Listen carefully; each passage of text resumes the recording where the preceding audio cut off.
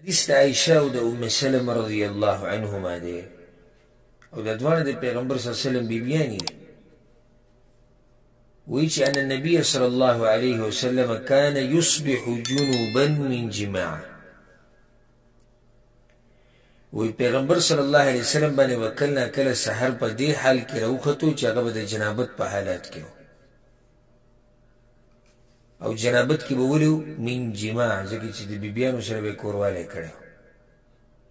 ثم يغتسل ويصوم وبلنبل او روجه به نیولي او متفق علی د حدیث په صحیح بخاری سے مسلم کې امام مسلم به کوي د زیادت راوړه د په حدیث ام سلمہ کې ولایت دی او د دې په ځای به قضا نه راوړه د حدیث څنګه امام ابن حجر رحمه الله ویلي دا هغه حدیث چې په صحیح بخاری او صحیح مسلم کې نور کتابونو کې مشتي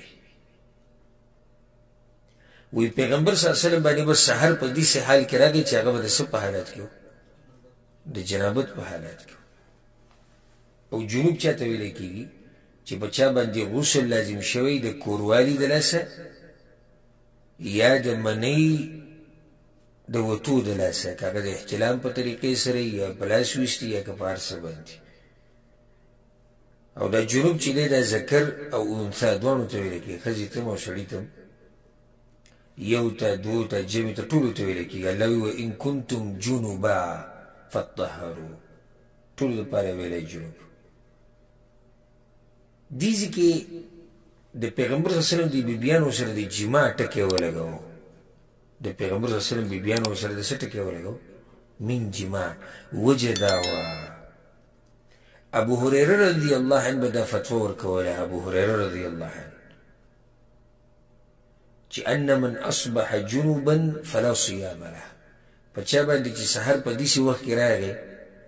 چې د جنابت په حالت کې نو روزه نه سي کی لکه اوس سړی د خپل کې سره کورواله وکړو جنوب شو په باندې سلور بجې دی او په باندې اذان شو سحر راوخته د جنابت په حالت کې د ابو هريره رضی الله عنه د فتوی مطابق د روزه نه کی نو بیا هغه ته چا دا خبره وکړه چې عائشہ او ام سلمہ رضی الله عنهما هغه کو دا خبره کوي هغه کو دي چې پیغمبر صلی الله علیه وسلم باندې ودا حالات راتلو او هغه روزه نیولې و دا ابو هريره رضی الله عنه بیا دا خبر وکړه هما اعلم يهن اعلم هغوی په دې خبره باندې زمانه ښه پوهېږي او بیا ابو هريره رضی الله عنه د خپلې فتوې نه راواپس شو او دی وایي چې ما چې به دا کومه خبره کوله دا ما د الفضل ابن العباس نه اورېدلې وه ځکه ما دا خبره کوله خو چې اوس د پیغمبر صلی الله علیه وسلم بیبیانې د پیغمبر خبره کوي چې هغه به په داسې حال کې او روجې به یې نیوه نو بس بیا خو صحیح شوه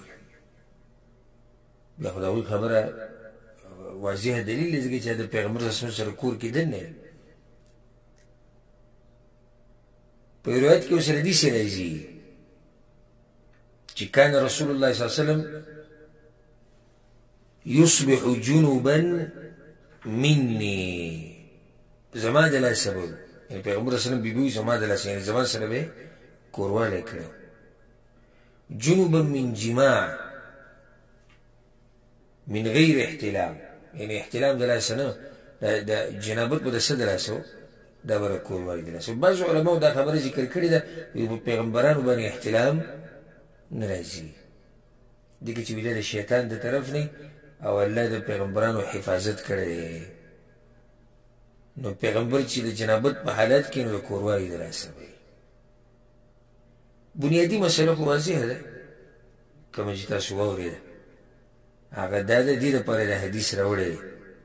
چې یو سړی د جنابت په حالت کې او په ده باندې سحر راوخته